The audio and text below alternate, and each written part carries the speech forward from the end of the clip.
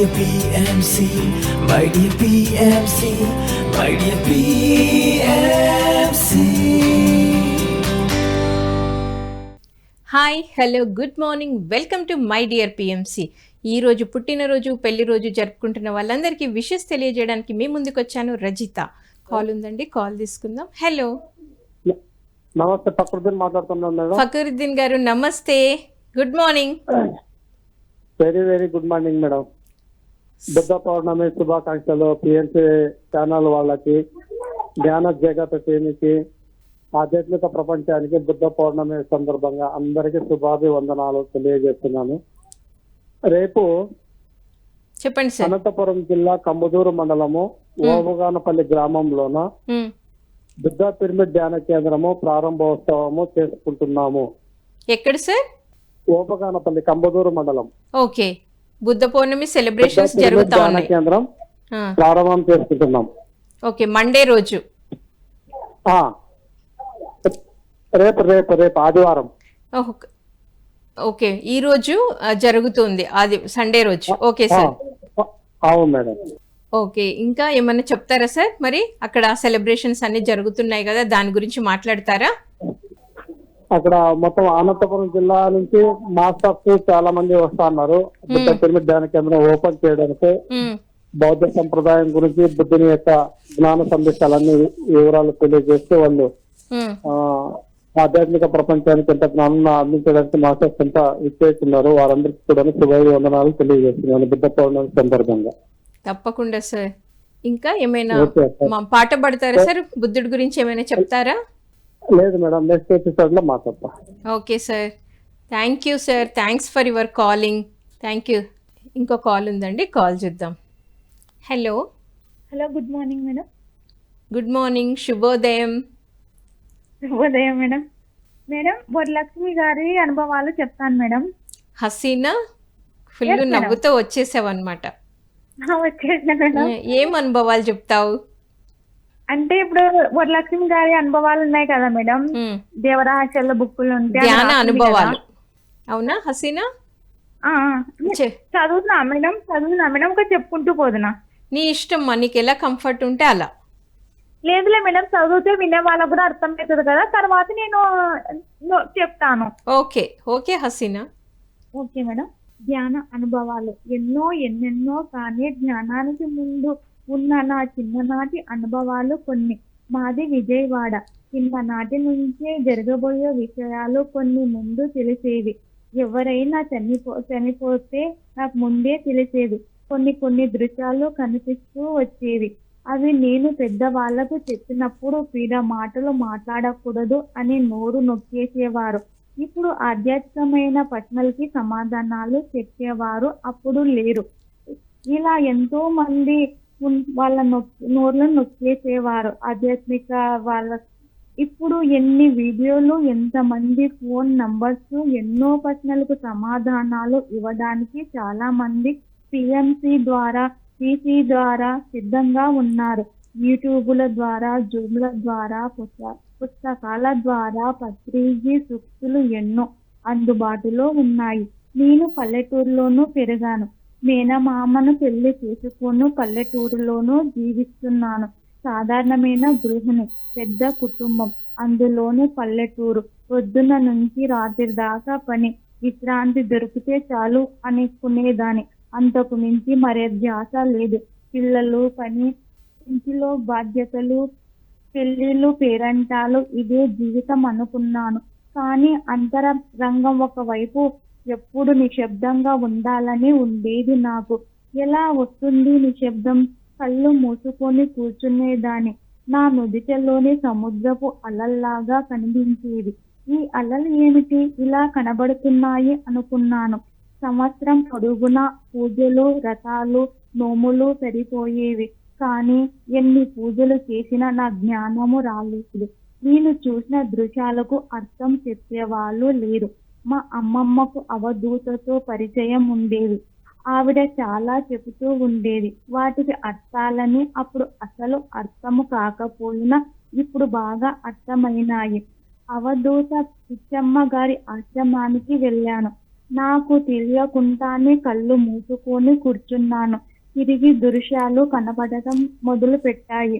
ఉమ్మెత్త పువ్వులా ఉన్న వాటి నుంచి ఒక పువ్వులో నుంచి ఇంకొక పువ్వులోకి వెళుతూ 6 పువ్వులు దాటి 7వ పువ్వు దగ్గరికి వచ్చినప్పుడు ఆగిపోయాను. కనిపించినట్టు ఒక గృహలో ఆగిపోయాను.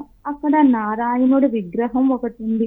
దాన్ని చూడగానే మైకం వచ్చేసింది. ఇంటికి వచ్చేసాను. అక్కడి నుంచి పూజలు లేదు, భజనలు లేదు. అప్పుడు సంవత్సరం మన్మడు పెంచుతున్నాను. ఆ పెంచడంలో పడిపోయి విషయమంతా మర్చిపోయాను. తర్వాత 2 సంవత్సరాలకి మోకాల నొప్పులు, నడుముల నొప్పులు వచ్చాయి. ఫైల్స్ ఉన్నాయి. కండరాలు కూడా సాగిపోయాయి. ఆపరేషన్ చేయించారు. ఎక్సర్సైజ్ చేశాను. కొద్దిగా తగ్గినట్టు అనిపించింది. స్వాదికమైన ఆహారము 40 రోజులు తింటూ, పచ్చిగా కూరగాయలు తింటూ ఎక్సర్సైజ్లో ఉన్నప్పుడు అంతా బాగానే ఉంది. ఆ తర్వాత ఇంటిలో మామూలు ఆహారంతో పాటు మాంసం కూడా తిన్నాను. నాకు ఆహారం పైన అదుపు రాలేదు. నేను విపరీతమైన మాంసాహారం తినేదాన్ని. జీవహింస మహాపాపమని ఎవరూ చెప్పలేదు, పెద్దవాళ్ళు చెప్పలేదు. మాంసం తినటం పాపం కాదు, అది బలమైన ఆహారం అనుకున్నాను.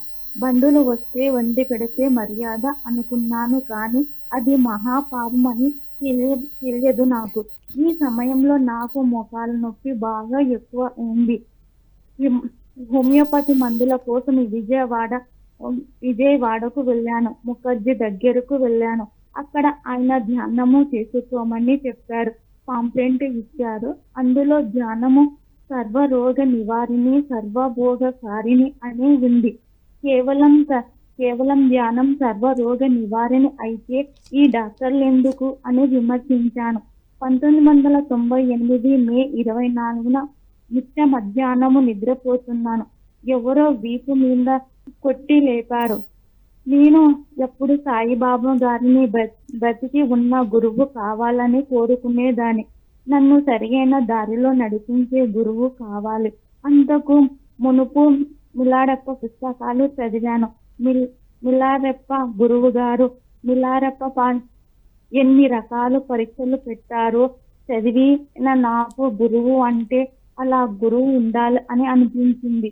నాకు అలాంటి గురువు కావాలని కోరుకున్నాను. అలా నిద్రపోతున్న నన్ను ఎవరో కొట్టి లేపారు అని భయం వేసింది. అప్పుడు గుర్తు వచ్చింది, సాయంకాలం రాఘవ గారి ఇంటిలో ధ్యానం క్లాసులు జరుగుతున్నాయి, వెళ్ళాలి. ముఖర్జీ గారు చెప్పిన మాట గుర్తుకొచ్చింది. సాయంత్రం వెళ్ళాను. ఆ రోజు ఆదివారం మాంసాహారం తిని వెళ్ళాను. ధ్యానంలో కూర్చోబెట్టారు. అనుభవాలు ఏంటి అని అడిగారు. మొట్టమొదటిసారి ధ్యానం ఎలా చేయాలో అలా చేశాను. శ్వాస మీద ధ్యాస పెట్టాను. తర్వాత ధ్యానంలో ఏమి జరుగుతుందో అడిగారు. వాంతులు వచ్చినట్టు ఉంది అని చెప్పి మాంసము తిని ధ్యానంలో కూర్చుంటే వాంతి రాక ఏమవుతుంది అన్నారు. ఈ అల్లలు ఎందుకు కనబడ్డాయి అని అడిగాను. సమాధానం చెప్పలేదు. తర్వాత తెలిసింది నాకు, అలలు అన్నది ఆలోచనలు. సముద్రం మధ్యలోనూ నిశ్శబ్దం ఉంటుంది. ఆ నిశ్శబ్దంలో నుంచి వచ్చే ఘోష ఆ అలలు. సముద్రం ఒడ్డున ఎంత గోరున వినపడుతుంది అంటే మన మనసులో అంత ఘోష పెడుతుందన్నమాట. ఆ అలలే ఆలోచనలు అని ధ్యానం చేయాలి అని అర్థమైంది. ఇది నాకు మొదటి అనుభవం. Hello madam. ఓకే హసీనా, మరి మేడం అంటే ఆమె ఫస్ట్ నుంచి నేను చెప్తున్నా మేడం, మాటల ద్వారా కొద్దిగా చెప్పుమ్మా. వివరిస్తాను మేడం. ఆమె ఫస్ట్ చిన్నగా ఉన్నప్పుడు ఉంటే వరలక్ష్మి మేడం గారికి అంటే అనుభవాలు వస్తున్నాయంట. ముందు చనిపోయే వాళ్ళు చనిపోతారు రేపు అని చెప్తుంటే ఇవన్నీ పిచ్చి మాటలు మానేయని వాళ్ళ పెద్దవాళ్ళు నోరు నొక్కేశారంట మేడం. అప్పుడు ఆధ్యాత్మిక చెప్పేవారు ఎవరు లేరు కదా మేడం. ఇప్పుడైతే అన్ని పెయింట్ అన్ని ఉన్నాయి. అలా వాళ్ళ అమ్మమ్మ కూడా అవధూత చెప్తే కూడా ఆమెకు ఏం అర్థమైతే లేకున్నాయంట మేడం. ఇంకా అలానే ఇంకా ఆమెకి అక్కడ గృహానికి వెళ్ళినప్పుడు కళ్ళు మూసుకున్న లోపల ఒకటి కనిపించిందంట మేడం. ఒక ఉమ్మెత్త పువ్వు దాంట్లో 7 దాకా వచ్చి ఆగిపోయి విగ్రహం కనిపించిందంట. తర్వాత ఇంకా ఆమె ఇంటికి వెళ్ళింది, మర్చిపోయింది దీని విషయము. 2 సంవత్సరాల తర్వాత ఆమెకు మొఖాల నొప్పి అన్ని స్టార్ట్ అయినాయి మేడం. అప్పుడు డాక్టర్ వద్దకి విజయవాడకు వెళ్ళింది, ముఖర్జీ గారి దగ్గరికి. అప్పుడు ఒక ప్లాంట్ అది ఇచ్చింది మేడం పేపర్.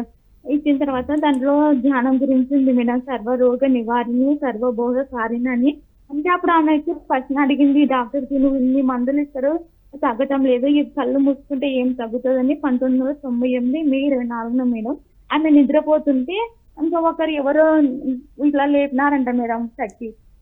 లేపింటే ఇంకా ఆమె గుర్తు వచ్చిందంట మేడం. అప్పుడు ఇప్పుడు విజయవాడ రాఘవ వారింట్లో ధ్యానం చేయాలి క్లాసులు అన్నీ గుర్తుకొచ్చింటే ఆమె వెళ్ళిందంట మేడం. వెళ్ళిన తర్వాత అక్కడ ధ్యానంలోకి వచ్చిన తర్వాత ఇంకా ఏం అనుభవాలు వచ్చినాయంటే చెప్పిందంటే మేడం, ఇక నాకు వాంతికి వచ్చింది అట్లుంది అంటే, మళ్ళీ మాంసం తిని వచ్చినావు అలా వాంతికి రాక ఏమవుతుంది అని చెప్పిందంటే మేడం. తర్వాత ఇంకా ఆమెకి ఇంతకు ముందు వచ్చిన అనుభవం చెప్పింది, ఇట్లా నా కళ్ళలు కనిపిస్తున్నాయంటే ఎవరు సమాధానం చెప్పకపోయినా మేడమే తర్వాత తెలిసిపోయిందంటే మేడం.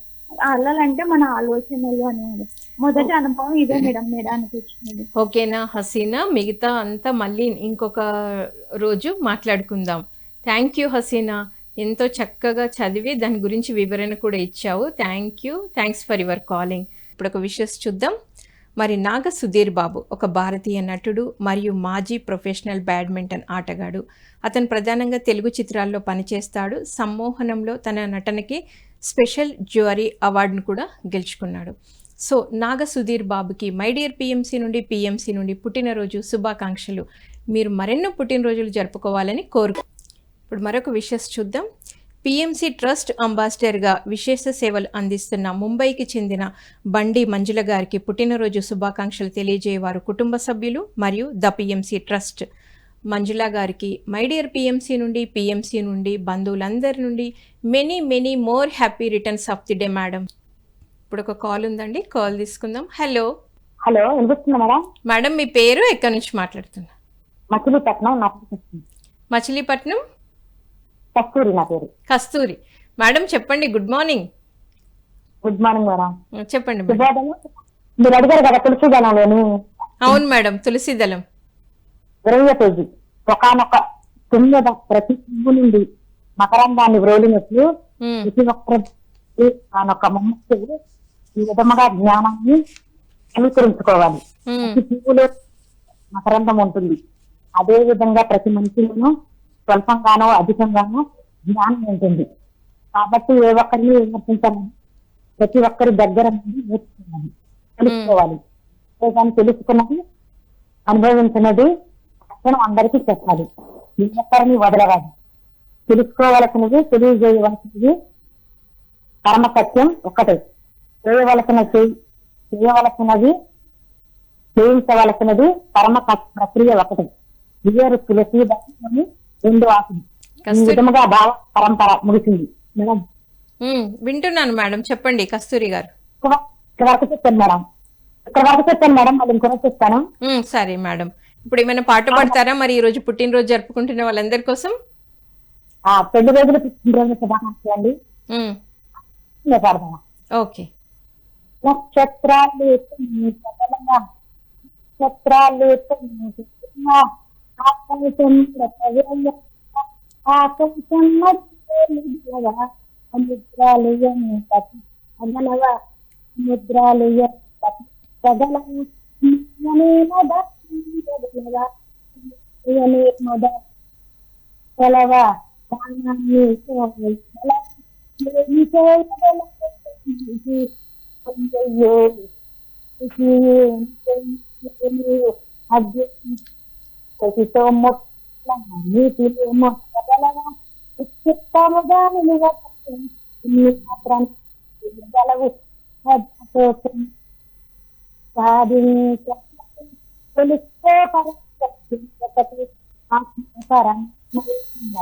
దానికోసం జ్ఞానం ఉన్నది.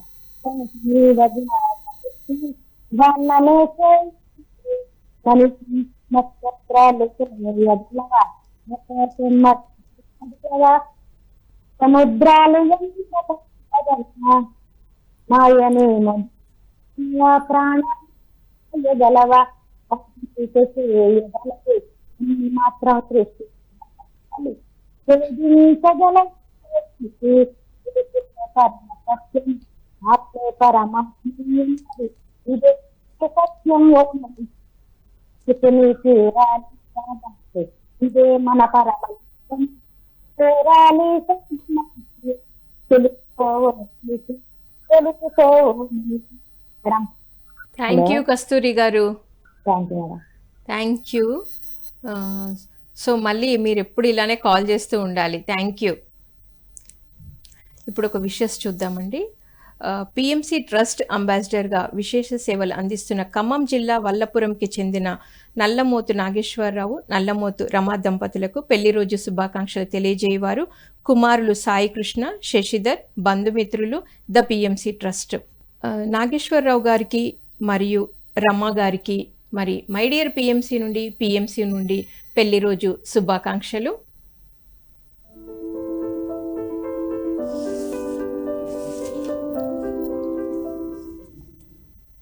ఇప్పుడు ఇంకొక విషయం చూద్దామండి. పిఎంసి ట్రస్ట్ అంబాసిడర్గా విశేష సేవలు అందిస్తున్న హైదరాబాద్కి చెందిన కోటగడ్డ పెంటయ్య, విజయలక్ష్మి దంపతులకు పెళ్లి రోజు శుభాకాంక్షలు తెలియజేయవారు కుటుంబ సభ్యులు, ద పిఎంసి ట్రస్ట్. పెంటయ్య గారికి, విజయలక్ష్మి మేడంకి మరి మై డియర్ పిఎంసి నుండి పెళ్లి రోజు శుభాకాంక్షలు.